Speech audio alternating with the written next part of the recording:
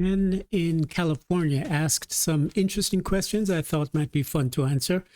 What were the most significant highlights of your 45-day fast? I'll get to that in a second. Did you hear voices or hallucinate at all? That's interesting. No, I did not. And I've never heard that as being one of the um, results of a fast. However, it occurs to me that if I had natural clairvoyant activity, uh, then those might be heightened during a fast, and it's possible that I could communicate to other dimensions and regress to past lives if I already had that tendency or developed to a certain degree. The other thing that comes to mind is perhaps if I had drugs in my system from earlier times, that as those exit and the body, the tissues, and start to recirculate, that could cause hallucinations as well. So I'm sure it might be possible. Some people might have that reaction, but no, that wasn't the case for me.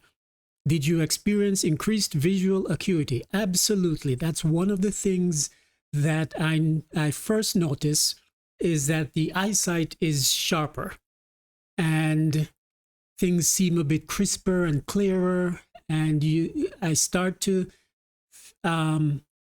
view the world in ways that are reminiscent of how I viewed the world when I was much younger, years ago on the planet. So yes, that's something that's definitely, as less toxins are circulating in the system, the eyesight is one of the things that definitely responds. Usually I feel that the greatest difference early in the morning when I wake up. That's when you notice a difference between how your eyes felt the night before and compared to how they feel in the morning. Next, I'll get to the last one later, but the most significant highlights of my 45-day fast that I did last year. As you know, and as I suggest to people, I do keep a journal. So every day I get up, especially during a fast, I make note of how I feel. I make note of any ideas I have, any dreams, and that sort of thing. So I went back through my journal and I came up with a few things. Yes, the eyesight is definitely sharper. I feel a lightness of being, meaning my body just feels less heavy. I feel lighter. I can bounce up steps. And so the body actually feels that I'm carrying around less weight, but not just physically, but mentally as well. I just feel like my whole being is lighter. Thicker hair, fingernails are going. They actually grow faster during a fast than otherwise. Energy level is high. So sometimes I'll get up in the morning and actually feel like I really want to run on the beach. Or when I do my treks up north on the island to go sunbathing, the climbing up the rocks feels much easier to do because my muscles are stronger. I feel like I want to do push-ups. I have energy, to shake my head. And I feel like I want to do some, boxing, shadow boxing. So I have a lot of energy that comes to the fore during a fast as well. Libido is increased and improved. Creativity and productivity are set to 11. I come up with ideas for books, come up with ideas for petitions, site designs, different projects that just seem to pile up. So I'm constantly jotting down and keeping in my notes these ideas that faster than I can actually get to them and execute them. And then this was really interesting, is that at certain points as I'm sleeping, I become conscious of the fact that I'm remembering some specific numbers and formulas from my math days, whether it was math in high school or math in college. In particular, during this particular fast, I just got up and in my mind was the Avogadro's number, exactly 6.02 times 10 to the 23rd. That's what I remembered waking up. And then later I checked it, and sure enough, that it was exactly that. And also, as a math geek doing quadratic equations, there's a part of the numerator of the quadratic equation that's called a discriminant. And for some reason, b squared minus 4ac just popped up into my head during the fast. And then something else from science class, I remember a unit of measurement called a mole.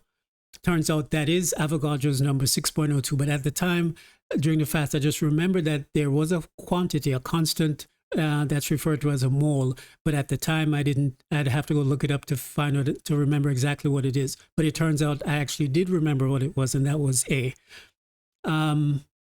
Let's see, I mentioned the libido already, head shaking energy, boxing energy, pull-up energy, running energy, improved interpersonal reaction. I actually felt like I wanted to engage with people to a certain degree. I'm a hermit by nature. I like to keep to myself. I don't talk much when I'm out in public in the world.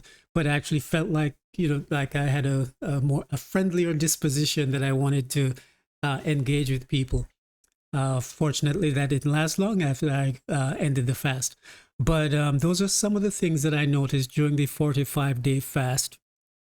And the other question you had was, what do I think of 16-8 periodic or intermittent fasting?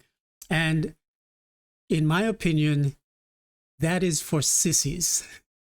And what I mean by that is, if you take a look at the stages of fasting that you can download on my website, fastandgrowyoung.com, you'll see that the body goes through certain predictable stages as the length of the fast increases. And you can't get to those deeper levels of healing and cleaning and rejuvenation unless you go through those days. So you can't get to level 4 healing until you actually go through 1, 2, 3, 4, 5 days of fasting. So if you constantly break up the fast and stop and then eat and then stop and eat, basically what you're doing is you're digging, let's say, a tunnel down to certain levels, but you keep stopping and going back up. And once you go back up, the hole closes back around you or behind you.